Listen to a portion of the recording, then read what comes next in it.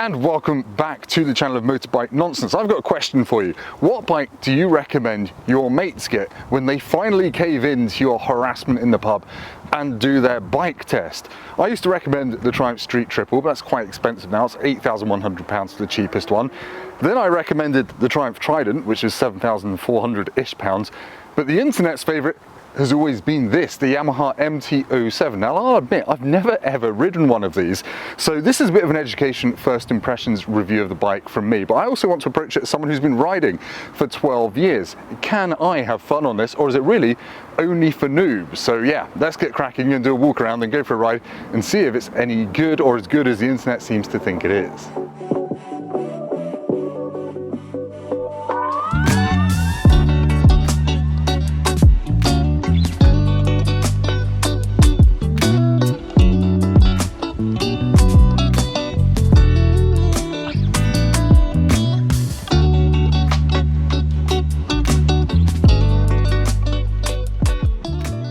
Here it is then, the Yamaha MT-07 or MT-07 if you're not me. This is the 2021 bike, which is updated in several ways. It costs £6,899, which is 500 quid less than the Triumph Trident I rode last year. And it's bloody popular, this bike. They've sold 250,000 of them since it first came out in 2013. This is the third generation one, which is supposedly comfier, and it's got this new Yamaha face with an LED headlight. It meets Euro 5 emissions regulations. And yeah, it's not a big bike, it's not a heavy bike. It's 184 kilos, fully fueled, ready to go. It's got a 14-litre fuel tank. It's got bigger brakes for this year. The front discs are 298mm, up from a bit less last year. And the handlebars are wider. They're aluminium and they are 30mm wider this year. And they're closer and higher. It's designed to be comfier. Yamaha has stolen a trick from Triumph and also chucked proper tyres on it. These are Michelin Road 5s, which is a really good all-weather, all-season, happy, comfy tyre with loads of grip. They warm up quickly, and it's not a cheap tyre either. So this is Yamaha realising, like Triumph did with the Trident, that beginners want confidence, and sticking nylon tyres on bikes just ain't going to cut it. Not that Yamaha actually did that, but anyway, you've got non-adjustable forks up front. There's the cockpit. Really simple dash, which I'll show you in a cutaway. There's not really any electronics on this bike other than ABS, which we'll talk about on the ride.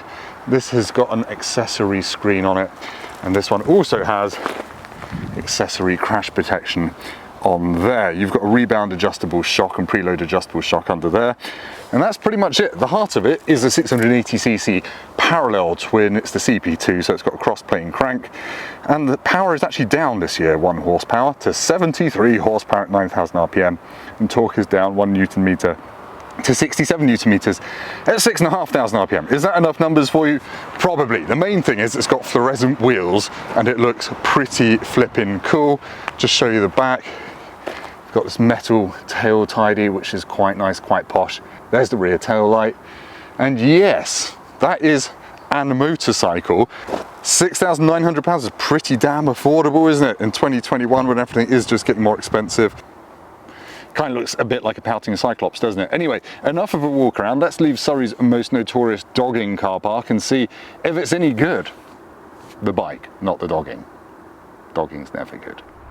Right, it's time. Let's go for a ride on the MT-07 and see if there's a reason why it's more popular than eating. Pretty much, right. It is not a tall bike, so throwing a leg over is super easy, but I've been riding this for a bit already and I'm 6'3" and I haven't felt cramped on it, to be honest. The Trident, after a while, felt a little bit too small. I don't actually know what the difference in seat height is, but on this I feel more comfortable for longer, if that makes sense. It starts with a key, which is in a barrel down there, and then the dash comes to life. And I'll just try and show you that. I'll stick a cutaway in if it doesn't work. This has changed for this year as well. You've got some red bits on it, so it's not just black and white, there's some red as well, but you know, it's basic. It shows you the time, your gear, and how many miles you've done, and you can cycle through the trip to see trip 1, trip 2, MPG, average MPG, temperature, air temperature, and that's pretty much your lot. Starts over here, and it doesn't really fire into life, it kind of eases into life, and you might have noticed that I've got heated grips. That's an official Yamaha accessory. He says try not to fall off in the gravel car park. I've not tried them out, to be honest, because I'm already sweating like Boris Yeltsin in a cake factory. So anyway, let's trundle and see what the MT-07 is really like. I'm going to go before you because I'm probably going to go faster, right? Woo-hoo! It is punchy. That is, it's not slow. Don't go thinking, oh, this is a beginner's bike, it's going to feel a bit lethargic, because it doesn't. It really, really doesn't. In fact, the torque from the engine is quite impressive. Yet at the same time, it is not going to terrify you by doing power wheelies unexpectedly. I think if you abuse it off the throttle in first, it will do them, and you'll be able to clutch it up in second and bounce off suspension to get the front to come up and off crest. So I've not videoed that because that's illegal and I'm a bit crap at them, but there are little moments on this bike where you can get the front wheel up in the air. But as I said, you have to go looking for it. It's not just going to do it and terrify you. It doesn't make the world's most interesting noise, that engine. It's just a bit of a thrum, to be honest. Like most parallel twins, it doesn't feel especially special. Now, that is where the Trident wins over this, I can tell already, is just in terms of engine character. The triple just feels and sounds posher. Are you actually coming in here? You are actually coming in here. Excellent.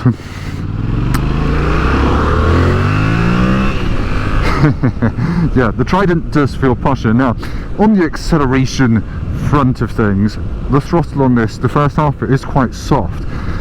So you do think, oh, where's all the torque that people are talking about?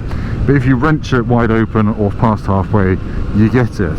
You get it. And you really do get a decent shove down the road. Even in fourth gear, 40 miles an hour, up to 60, no problem. So it feels like a grown-up bike. I mean, it is a grown-up bike, isn't it? Let's be honest. But in terms of punch, you're not going to be left wanting unless you go on a race circuit. Basically, on the roads, absolutely fine.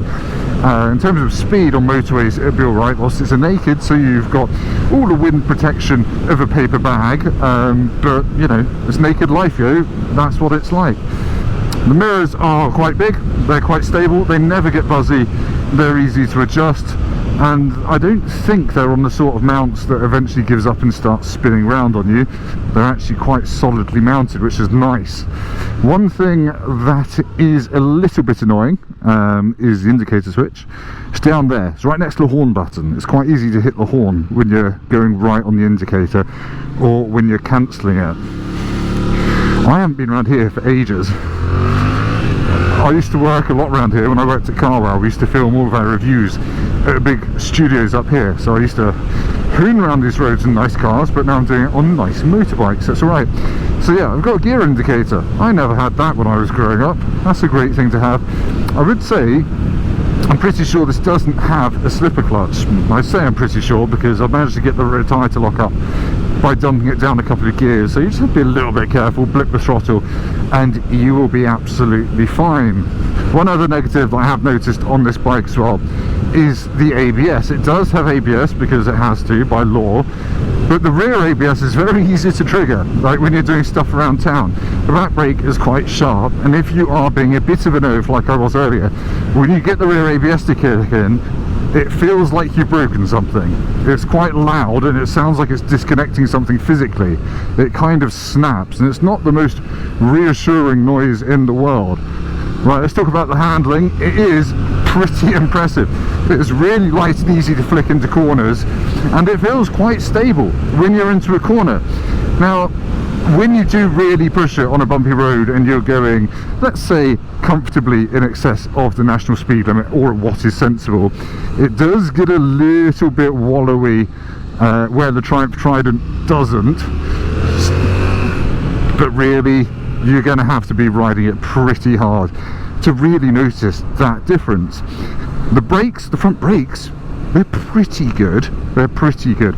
I would say there is a slight, almost glassiness to the lever, so when you do brake hard for a first bit of travel, it doesn't really give you the retardation that you might require. It slows you down, but it doesn't exactly send you over the handlebars, if you know what I mean. But it's good enough. I mean, you need to anticipate stuff anyway. This hasn't got bad brakes, they just aren't as strong as, again, the ones on the Triumph. But otherwise, I think this has a slightly wilder side than the Triumph. And again, obviously this doesn't just wheelie everywhere, but you can mess about on it. And that engine is just a bit more instant shove than the Triumph, and it feels a little bit naughtier, got a little bit more mischief to it.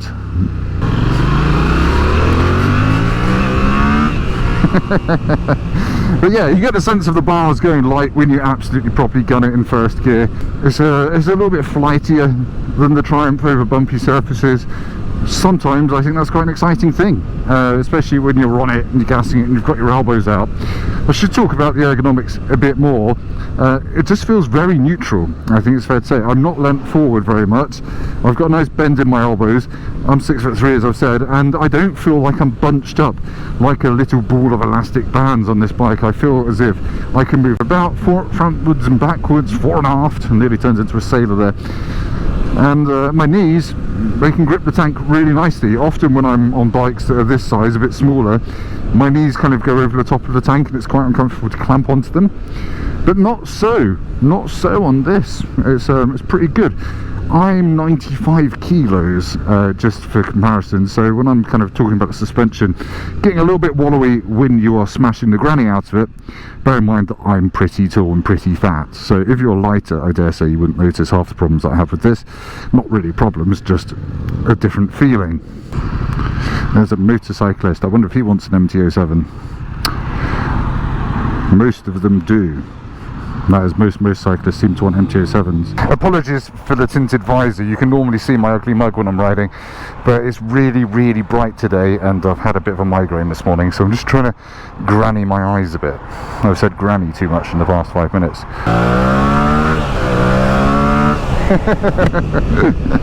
Yeah, there's actually not much real point going beyond 8,000. It does have a little bit of a top end rush, but it's all done by 8,000 pretty much, and red line's at 10, and it does sound a little bit, what's the word without being too mean, it does feel a bit, or sound a bit like a learner bike, you know, when you're doing a direct access and you're stuck on an ER6 or something. The engine does have that vibe, but with a little bit more edge to it, just a little bit. Right, I'm going to slow down and talk about some of the more practical things. Riding around town, I'm not doing it now because it was boring and the nearest town is Woking and my bike will probably get stolen from underneath me. Around town it's very easy. You can see where the end of the bars are, the mirrors are kind of as wide as the bars, so filtering on it is an absolute doddle. The low speed balance is really good, it's just you don't think about it, and the engine, you can stick it in first gear and basically trundle around at 4 or 5 miles an hour with the clutch out, and it's super easy, and the throttle response, as I said, is so soft in the first half that I don't know, I can't really think of many bikes that are easier to ride around town than this. Often when bikes get this light, they do get a bit deflected by bumps in the road, but I've not had any problems with this. So yeah, I recommend it for commuting most def. And in terms of actual ride comfort, it's okay. It is okay. You can tell I'm getting jiggled around a bit over bigger cracks in the road. I don't know if you can hear me because it's so damn windy, but yes, it is not posh, plush feeling suspension, but it does the job. It does the job well enough, and you won't be disappointed for the money that you're spending on this bike. And it's not gonna give you a sore ass after, you know, a day of touring. You could go and tour on this, stick some bags on the back, some soft panniers, and go and have the best experience in motorbiking, which is riding around Europe, breaking all the speed limits, eating croissants, and racing away from péage booths. This would be a perfect companion for it. And then when you get to the twisty roads, it's got the grip and it's got the feel to let you have some fun on it. And those tyres that I showed you at the start of the video, they do feel epic, and you can easily rub the chicken strips off them in a ride. They are confidence inspiring, and that's pretty much how I would sum this up. I've seen some people on the internet whinging about the suspension on this, about how you need to upgrade it. I don't think you do unless you're going on a track day. And I think the biggest thing is just the sense of grip that you have from those tyres. And I know from experience that the Michelin Road 5s are decent in the wet as well, so you don't have to start worrying when it's raining on your way to work. Obviously no quick shifter or blipper on this one. but the gearbox has quite a nice loose feeling to it, so you can clutchless upshift between first and second in all the gears. And not every bike would I recommend doing that between first and second, but on this, oh, bit chirp from the back wheel, first, off, yep, there you go, no clutch, just clutchless upshifting. And the gearbox is, yeah, like I said, it kind of feels jangly enough to be able to do that without knackering anything. So yeah, it's a good bike to learn those techniques. Once you've passed your test, you want to get onto clutchless upshifting, things like that. I don't think there's much this bike can't do in the real world. Sure, it's not going to set a blistering fast lap time around Campbell Park, but you wouldn't feel like a knob if you did take it on a track day. It's got enough grunt, it handles well enough, you can have a good time on it.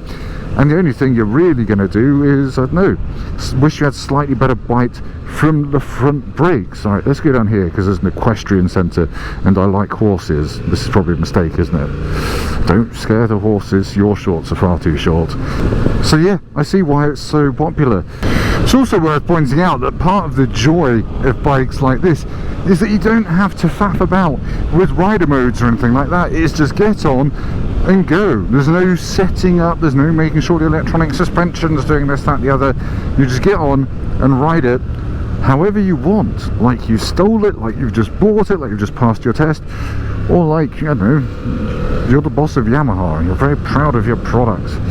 Right, that's probably enough waffle from me on the MT-07. In short, I'm really impressed with it, and I absolutely see why it's more popular than Gonorrhea in Freshers Week. It is really, really good, and it doesn't have any standout weakness. It's a really good all-round bike. That said, now it does have the Trident to compete with, and the Trident is more expensive, and it does feel more expensive. I think some of the plastics on this feel a little bit cheaper because it is cheaper, and that's not really a bad thing. I prefer the engine note on the Trident. It is more smooth, it is more cultured feeling, but not everyone likes that triple noise. I do. I would say I feel like this has more flickability, if that's a word, but the Trident feels more stable on bumpy roads. This feels a little bit more hooligan-y and a little bit more like a sportier naked bike, if that makes sense. So yeah, if you're in the market for your first big bike and you want it to be a naked, and you should get a naked, don't get a sports bike because they're uncomfortable and a bit crap to learn on. Get an MT-07 or a Trident, go and ride them both, see which one you like best. Do you like the British, made in Thailand, smooth 3-cylinder, or do you like the slightly punchier, more aggy MT-07, which does sound pretty good if you stick a loud exhaust on it? So yes, I mean, it's not much of a conclusion, they're both brilliant bikes, and I wish I had one of these when I was learning to ride. So yeah, there we go. Anyway, more than enough waffle there. Thank you ever so much for watching this nonsense. If you've liked this, hit like. If you've not liked it at all, hit like as well, because, you know, Christmas is around the corner and let's be nice to everyone. We've had a crap year, haven't we?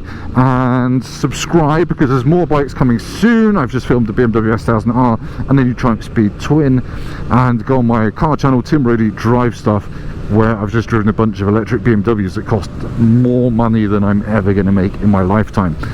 Thank you for watching. Goodbye.